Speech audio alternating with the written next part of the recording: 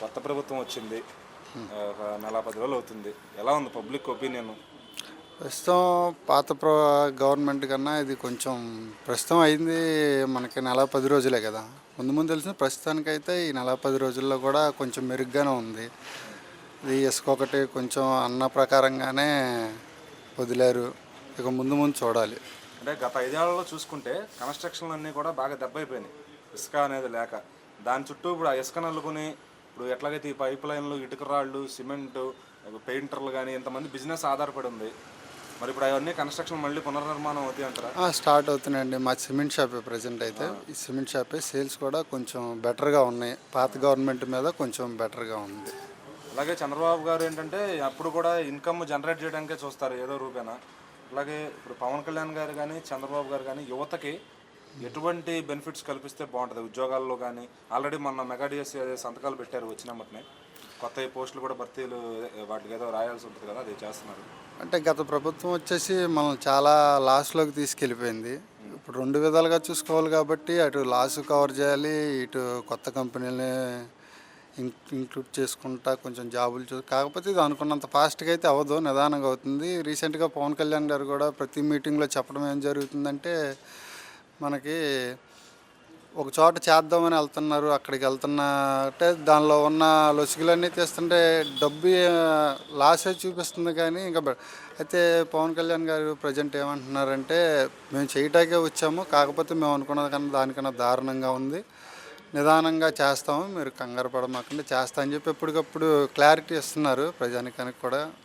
అలాగే చేస్తూ అటువంటి రాజకీయ నాయకుడు చేయింది పవన్ కళ్యాణ్ గారు ప్రతిరోజు కూడా కుదిరినప్పుడు రివ్యూ మీటింగ్ పెడుతున్నారు ఆయన ఏం చేశారు అని చెప్పడానికి.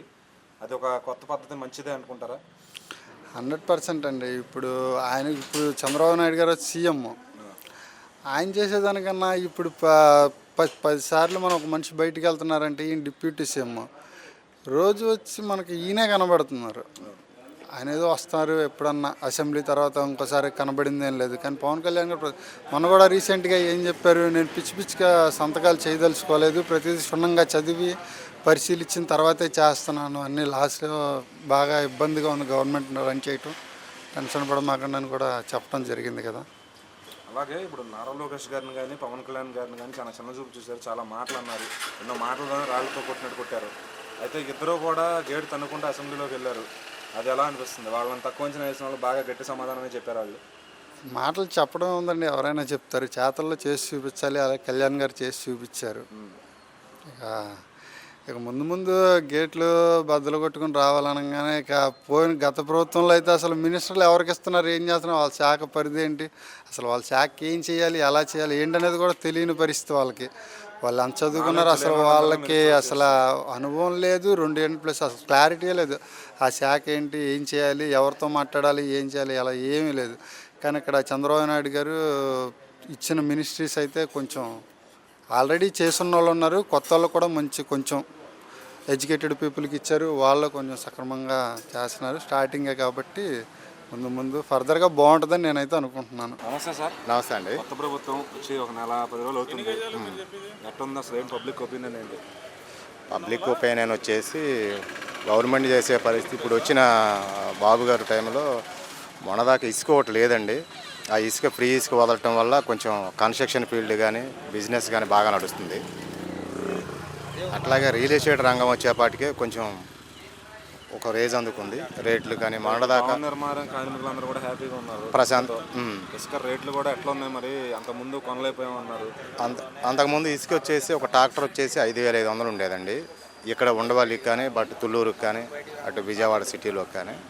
ఇప్పుడు వచ్చేసి 1000 రూపాయలు తీసుకుంటున్నారు. 400 సేనరేజీ ట్రాక్టర్ కిరాయి వచ్చేసి 600 తీసుకుంటున్నారు.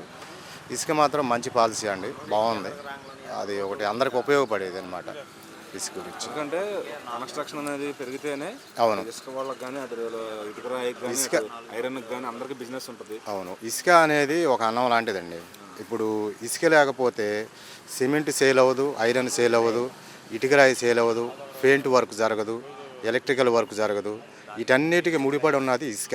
ఆ ఇసుక వల్ల ఏంటంటే ఇసుక ఎప్పుడైతే మనకు అందుబాటులో ఉంటుందో అప్పుడు బిజినెస్ నడిచిద్ది, కన్స్ట్రక్షన్ ఫీల్డ్ పరిగెడతూ ఉంటుంది. ఇసుక అనేది చాలా ముఖ్యమైనది అనమాట. అది ఫ్రీ ఇసుక వదలటం వల్ల బాగా కొంచెం కన్స్ట్రక్షన్ కూడా న్యూ కన్స్ట్రక్షన్ అని స్టార్ట్ అయినాయి. బట్ ఇక్కడే కాదు, అటు విజయవాడలో కానీ, గుంటూరులో కానీ, క్యాపిటల్ పరిధిలో కానీ కన్స్ట్రక్షన్ అనేది పూర్తిగా స్టార్ట్ చేశారు. భూమి పూజలు కూడా చాలా ఎక్కువ జరిగింది. రీసెంట్గా ఈరోజు తారీఖు ఎంతండి?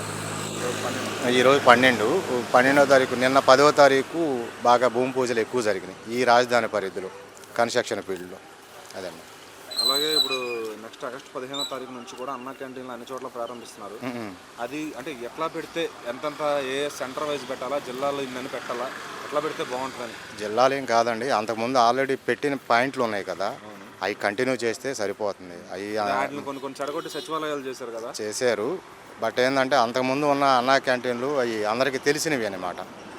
కనుక ఎక్సాబ్లేషన్ ఏం అవసరం లేదు. ఆ ఉన్న చోటనే మళ్ళీ ఆ క్యాంటీన్లు ఏర్పాటు చేసి అయ్యే కంటిన్యూ చేస్తే బాగుంటుందని అనుకుంటున్నాను. అట్లాగే ఇప్పుడు సోషల్ మీడియా గురించి మీకు అవగాహన ఉందా? ఉందండి. అందులో చూస్తే దుష్ప్రచారాలు చేస్తున్నారు. ఏది వైసీపీ పార్టీ వాళ్ళు కొంతమంది వాళ్ళు ఎట్లా చేస్తున్నారు, ఇప్పుడు ఇసుక ఇవ్వలేదని, లేదంటే దాని మీద తప్పుడు రేట్లు పెట్టారని, ఫ్రీ అన్నారు కాదు ఎక్కువ రేట్ ఇస్తున్నారని చెప్పి, వాళ్ళు అలాగే పెన్షన్లు కూడా ఎగ్గొట్టేశారని చెప్పి, అవును, వీళ్ళ పనులు తీసేశారని చెప్పి వాళ్ళు ఏదో దుష్ప్రచారాలు చేస్తున్నారు. మరి చూస్తుంటే వర్క్ అంతా కూడా బాగా జరుగుతుంది. మరి దాన్ని ఏమంటారు? నేను గమనించింది దాదాపు ఒక 20 ఏళ్ళ నుంచి నేను కూడా రాజకీయాల్లో తిరిగానండి. బాబు గారు మాత్రం ఇదివరకటి అలా లేడు, చాలా చక్కగా ఉంది పరిస్థితి కూడా. ఇప్పుడు 1వ తారీఖు మన పెన్షన్లు ఇవ్వని చెప్పేసి అని చాలామంది అనుకున్నారు. కానీ 1వ తారీఖు కంపల్సరీగా సక్సెస్ అయింది. పెన్షన్లు రావు అన్నారు.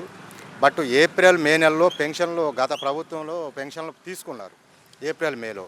అయినా కూడా చంద్రబాబు గారు ఏప్రిల్ మే 2 పెన్షన్లకు కలిపి 3వ నెలలో నేను మొత్తం జమ చేస్తా అన్నాడు. 7,000 రూపాయలు పెన్షన్లు ఖచ్చితంగా ఇచ్చాడు. జనం అంతా సంతృప్తిగా ఉన్నారు, ప్రశాంతంగా ఉన్నారు. అలాగే ఇప్పుడు లోకేష్ గారిని, పవన్ కళ్యాణ్ గారిని కూడా తక్కువ అంచనా వేశారు. వీళ్ళెల్లరో వీళ్ళ చేత కాదు రాజకీయం అని చూస్తే గేట్ తన్నుకుంటే అసెంబ్లీలోకి వెళ్ళారు మన ఇద్దరు కూడా. అది ఎలా అనిపిస్తుంది? ఇప్పుడు లోకేష్ గారిని, నన్ను పవన్ కళ్యాణ్ గారిని విమర్శించడం అంటే కామన్గా మాట్లాడతారే కానీ అది తెలియని విషయాలు. వాళ్ళ లోకేష్ గారు అంటే చిన్న విషయం కాదు.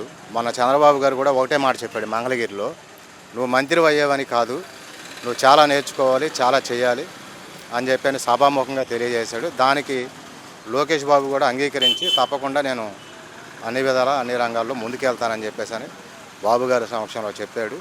లోకేష్ గారికి అన్ని విషయాల మీద అవగాహన ఉంది, అన్ని సబ్జెక్టుల మీద అవగాహన ఉంది, చాలా చక్కగా చేస్తాడు అని మాకు నమ్మకం ఉంది. అలాగే ఇప్పుడు పవన్ కళ్యాణ్ గారు కూడా ఆయనకి కొత్త మొత్తం, ఆయన ఎలాంటి నిర్ణయాలు తీసుకుంటే బాగుంటుంది అనుకుంటున్నారు? పవన్ కళ్యాణ్ గారు ఇప్పుడు విలేజ్ గురించి, రోడ్లు కానీ నిన్న సమీక్ష జరిపాడండి. రోడ్లు కానీ, వాటర్ గురించి కానీ, వీటి గురించి కానీ ముఖ్యంగా కావాల్సింది ఏంటంటే ప్రతి గ్రామంలో రోడ్లే కావాలి. గ్రామాల్లో కానీ సిటీల్లో కానీ రోడ్లు అనేది చాలా ముఖ్యమైనది. ఆ రోడ్ల గురించి చాలా దృష్టి పెడుతున్నాడు. బాగుంది పరిస్థితి.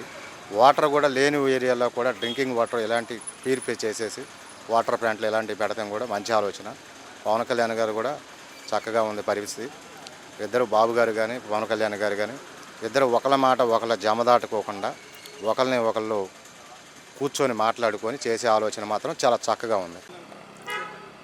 నమస్తే సార్. నమస్తే. కొత్త ప్రభుత్వం వచ్చింది, హుషారుగా ఉన్నారు జనం అంతా. మరి అసలు మీ ఊర్లో ఎట్లా అనుకుంటున్నారు పబ్లిక్ ఏంటి? అయితే ఇక్కడ మట్టికి ఇప్పుడు వైఎస్ఆర్ పార్టీ ఉండగా చాలా ఇబ్బంది పడ్డారు జనం బాగా. ఇప్పుడు కాస్త ఇసుక కానీ, జీతాలు కానీ, పెన్షన్లు కానీ అన్నీ కూడా శుభ్రంగా జరుగుతాయి. రాజధాని పనులు మట్టి చురుగ్గా జరుగుతున్నాయి. అలాగే గవర్నమెంట్ ఎంప్లాయీలు కూడా జీతాలు 1వ తారీఖు వేసేసారు. 1వ తారీఖు జీతాలు వేసారు. ఆ ఇబ్బంది ఏమి లేదు. రాజధాని పనులు కూడా బ్రహ్మాండంగా జరుగుతున్నాయి. అసెంబ్లీ కానీ, సెక్రటరీ ఆఫీస్ కానీ అన్నీ కూడా శుభ్రంగా ఉన్నాయి. Lighting, heating. అదివరకు మొదట్లో పెన్షన్లు ఇచ్చారు కదండి, ఇచ్చారు. ఇంటింటికి ఎవరికి ఇబ్బంది లేకుండా మార్నింగ్ 7-8 గంటలకు కంప్లీట్ చేస్తారు. 10 గంటల లోపే అంతా కంప్లీట్ చేస్తారు. అవును. అయితే వైసీపీ వాళ్ళు కొంచెం దుష్ప్రచారం చేస్తున్నారు, వాలంటీర్లను తీసేసి వాళ్ళు చెప్పి వాలంటీర్లని వాడుకున్నాడు. ఆయనే చేసిన ప్రచారం అదే ఆయనకే ఎక్కువ చేశారు. ఆయనకి ఎక్కువ చేశారు కాబట్టి ప్రచారం, అందుకని వాళ్ళని తీసేశారు. ఇప్పుడు వీళ్ళని పెట్టి ఇంటింటికి ఇచ్చేసారు ఇబ్బంది లేకుండా. ఏది 7 గంటలకు వచ్చేసి ఇచ్చేసారు 7,000. అంటే మరి వాళ్ళు అలా తప్పుడు ప్రచారాలు చేయడం కరెక్ట్ అంటే? అది కరెక్ట్ కాదని చెప్తుంది. మరి మీకు సోషల్ మీడియా తెలిపినా మీరు సాక్షి ఛానల్, ఎన్టీవీ ఛానల్ చూసుకుంటే అవి అసలు ఆ టీవీలు అసలు అన్నీ చూడమండి. ఆ సాక్షి టీవీ అసలు చూడం. చూస్తే ఆంధ్రజ్యోతి, టీవీ5, ఈనాడు ఈ చూస్తారు. నమస్తే సార్. కొత్తగా ప్రభుత్వం ఏర్పడింది, అందరూ కూడా చక్కచక్క పనులు చేసుకుంటూ వెళ్తున్నారు. ఎలా ఉంది సార్ పబ్లిక్ ఇక్కడ మన మీ ఏరియాలో కానీ ఎట్లా ఉంది? పబ్లిక్ అందరూ హ్యాపీగా ఉన్నారండి. ఫ్రీ శాండ్ వదిలారు. పేదవాళ్ళకి పెన్షన్ 1000 రూపాయలు పెంచి 4000 టైంకి ప్రభుత్వ ఉద్యోగాలతో ఇచ్చారు. తొంతవులు, ముసలోళ్ళు, వికలాంగులకు 6000, 3000 పెంచి డబుల్ ఫంక్షన్ చేసి 6000 ఇచ్చారు. వాళ్ళు ఫుల్ హ్యాపీగా ఉన్నారు. ప్రభుత్వం వచ్చాక మటుకి అన్నీ మారినాయి, బాగున్నాయి. కాకపోతే రెంట్స్ ఎక్కువ పెంచుతున్నారు. ఫలానా హౌస్ వాళ్ళు వీళ్ళు అవి కూడా కొద్దిగా కంట్రోలింగ్లో ఉంటే బాగుంటుంది. హౌస్ రెంట్స్ పెంచుతున్నారు. ఇప్పుడు ఆటో డ్రైవర్లు కానీ ఎంటర్ప్రైజెస్ షాపులు కానీ ఏమైనా సబ్సిడీలు కానీ ట్యాక్స్ బెనిఫిట్స్ కానీ చేయమంటున్నారు జిఎస్టీ రూపంలో కానీ. అది మరి సెంట్రల్ నిర్ణయం, మరి స్టేట్ ప్రభుత్వం దానిపైన ఏమైనా ట్యాక్స్ తగ్గించేది చేస్తే బాగుంటుంది అంటారా? దేని గురించి పే చేస్తున్నారండి? కొంత ట్యాక్స్ కడతారన్న. ఓకేనండి. అలాగే ఎంటర్ప్రైజెస్ వాళ్ళు రోడ్ ట్యాక్సే కదా కట్టేది. అదే ఎంటర్ప్రైజెస్ వాళ్ళు ఏమో ఏవో జిఎస్టీలో కడతా ఉంటారు. అది ఆటోమొబైల్ రంగం గురించి కన్స్ట్రక్షన్లోకి అందరికీ కూడా ఎంటర్ప్రైజెస్ అవసరమే. ఇటుకరాళ్ళు కానీ, సిమెంట్ కానీ, పైపులు కానీ, పెయింటర్స్ కానీ అందరికీ ఒక సర్కిల్ ఇది అనమాట. ఓకేనండి. మరి వాళ్ళందరికీ బెనిఫిట్ చేస్తే బాగుంటుంది అంటారా స్టేట్ గవర్నమెంట్? ఆటోమొబైల్ దాని ట్యాక్సుల గురించి మనకు ఐడియా లేదండి. వర్కర్స్ గురించి అయితే మేము ఏమైనా మాట్లాడగలము. అట్లాగే ఇప్పుడు అన్నా క్యాంటీన్లు స్టార్ట్ అవుతున్నాయి. అవునండి. రేపు ఆగస్టు 15 నుంచి 150 అన్నా క్యాంటీన్ స్టార్ట్ చేస్తున్నారు. అది కూడా ఇప్పుడు ఇవ్వండి, ముఠా మేస్త్రీలు వీళ్ళు, వర్కర్స్ వాళ్ళు వీళ్ళు భోజనం కోసం ఫలానా హోటల్కి వెళ్తే 100 రూపాయలు లేదా భోజనం లేదు, 5 రూపాయలకి భోజనం పెడుతున్నారు. వాళ్ళు కూడా హ్యాపీగా ఉంటారు. అది ఇంకా పెంచవచ్చు అంటారా నెంబర్? అన్నా క్యాంటీన్ నెంబర్ పెంచితే బాగుంటుంది. ఇంకా పేదవాళ్ళందరూ కడుపు నిండిద్ది. అలా పెడితే ఏంటంటే మరి హోటల్ బిజినెస్ దెబ్బతీసినట్టు అవుతుంది కదా చాలా మంది. ఇప్పుడు హోటల్ బిజినెస్ దెబ్బతీనేసేది. ఇప్పుడు 100 రూపాయలు, ఇప్పుడు మేము ఇక్కడ వర్క్ చేస్తున్నాం, రోజుకి మాకు 300 ఇస్తారు. భోజనానికి మధ్యాహ్నం భోజనానికి 100 రూపాయలు అయిపోతే ఇంటికి ఏం తీసుకెళ్తాం, ఇంట్లో ఏం తింటాం? 5 రూపాయలకి భోజనం పెట్టారంటే ఇంకా మాకు హ్యాపీగా తినగలం. అలాగే ఈ డీజిల్ ధరలు వీటిపైన కూడా ప్రభుత్వం చర్యలు తీసుకోవాలంటారా? చాలా అప్పులు అయిపోయింది లిక్కర్ మీద కానీ డీజిల్ మీద కానీ. ఓకేనండి. దాన్ని ఎట్లా తీసుకోవచ్చు అంటారా? ఇంకా సెంట్రల్లో ఇంకా అది వాళ్ళు చూసుకునేదండి. మాకు తప్పదు. ఇంకా 100 రూపాయలు ఉన్నా, 200 ఉన్నా, 50 రూపాయలు ఉన్నా పెట్రోల్ కొట్టించుకొని నాకు పని చేస్తాం, తప్పదు మాకు. ఎలా అలాగే ఇప్పుడు లోకేష్ గారు ఇక్కడ, అలాగే పవన్ కళ్యాణ్ గారు ఇద్దరిని చాలా తక్కువ అంచనా వేసి చాలా చీప్గా మాట్లాడారు, నోరు వేసుకుని పడిపోయారు వాళ్ళ మీద. మరి ఇప్పుడు వాళ్ళిద్దరూ కూడా గేట్ తన్నుకుని అసెంబ్లీలో అడుగు పెట్టారు, అది ఎలా అనిపిస్తుంది? ఇప్పుడు గేటు తన్నుకొని అసెంబ్లీలో అడుగు పెడతామని వాళ్ళు ఎంత ఓవర్గా ఏం చూపించుకోవాలా. వచ్చారు, గెలిచారు, ఆ విన్నింగ్ని వాళ్ళు సైలెంట్గా దాన్ని ఓన్ చేసుకొని ఓట్లేసిన పబ్లిక్కి అలాగే న్యాయం చేస్తూ ప్రతిరోజు ప్రజా దర్బార్ అని కార్యక్రమం పెట్టి పెడుతున్నారు. ప్రజా దర్బార్ కార్యక్రమం ప్రతి పేదవాడికి ఎవరు సమస్యల్లో ఉన్నా వాళ్ళ సమస్యలు పూర్తి చేసే దిశగా ఒక ఆయన ఈమెయిల్ ఐడి ఒకటి పెట్టి, వాట్సాప్ ఒకటి పెట్టి దాని ద్వారా కూడా స్వీకరించి న్యాయం చేస్తున్నారండి. బాగానే ఉంది.